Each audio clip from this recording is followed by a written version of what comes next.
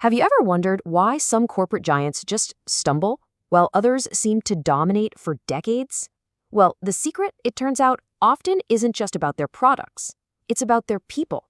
So in this explainer, we're going to dig into the massive shift from old-school personnel departments to a powerful new strategy that turns human resources into a company's greatest competitive weapon. I mean, we've all seen it happen, right? A company that's a total household name, maybe like Nokia, seems absolutely unstoppable one day, and then poof, they're practically irrelevant the next. They've got the money, the brand, the market share, so what gives? As we're about to see, the answer is often hiding in plain sight. It's all about how they manage their people. You know, a big reason for this kind of decline comes down to a really fundamental transformation that's easy to miss. We're talking about the move away from the old personnel department, which was, let's be honest, mostly a reactive administrative function that saw people as a cost, to a proactive, strategic HR partner that sees people as the #1 engine for business success. And let's be clear, this is so much more than just a name change. It's a complete paradigm shift. The new way of thinking is called Strategic Human Resource Management, or SHRM for short, and its goal is really simple: to yank people out of the cost column on a spreadsheet and place them right at the very heart of the company's strategy.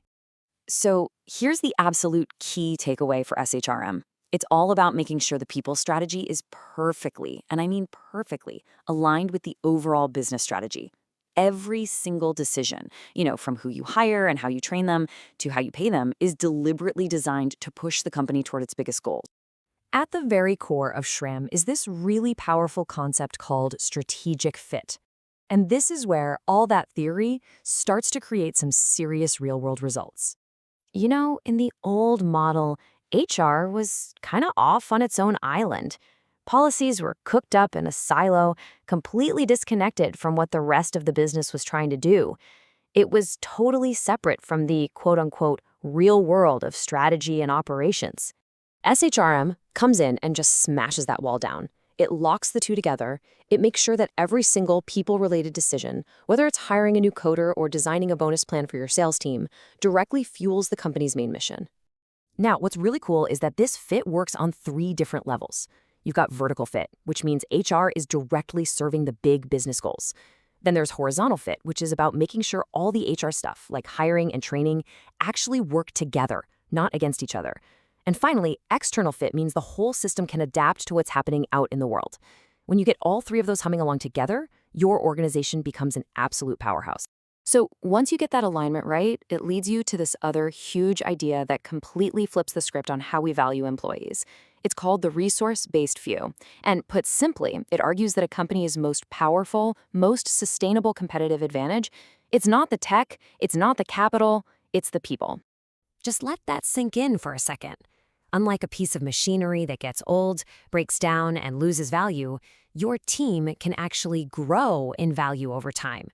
If you invest in them, train them, and recognize their work, your human capital becomes more and more valuable every single year.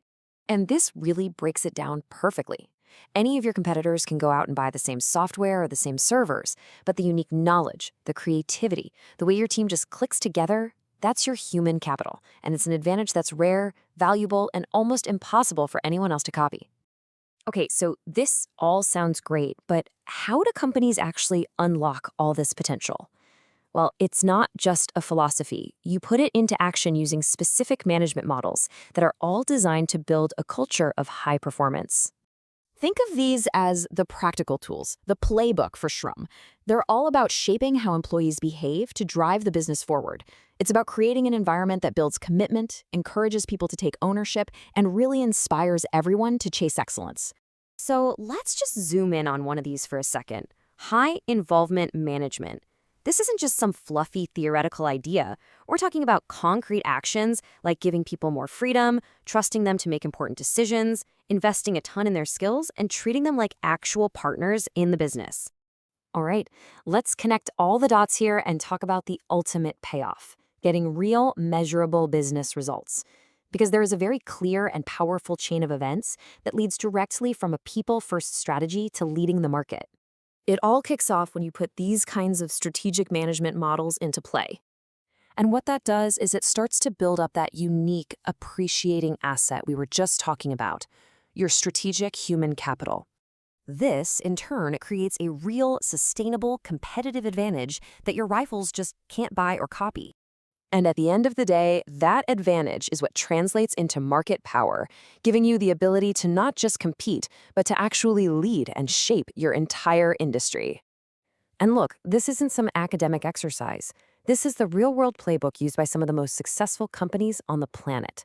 From tech giants like Microsoft and Google, to manufacturing legends like Toyota, and even consumer goods titans like Hindustan Unilever. This is how they build and keep their spot at the top. Which, of course, brings us to a final and pretty crucial question for the world we live in right now. As AI and automation keep changing everything, the strategic value of human creativity, of commitment, of collaboration, it might actually be more critical than it's ever been. So, what do you think? What are the unique human skills that are going to define the next generation of market leaders?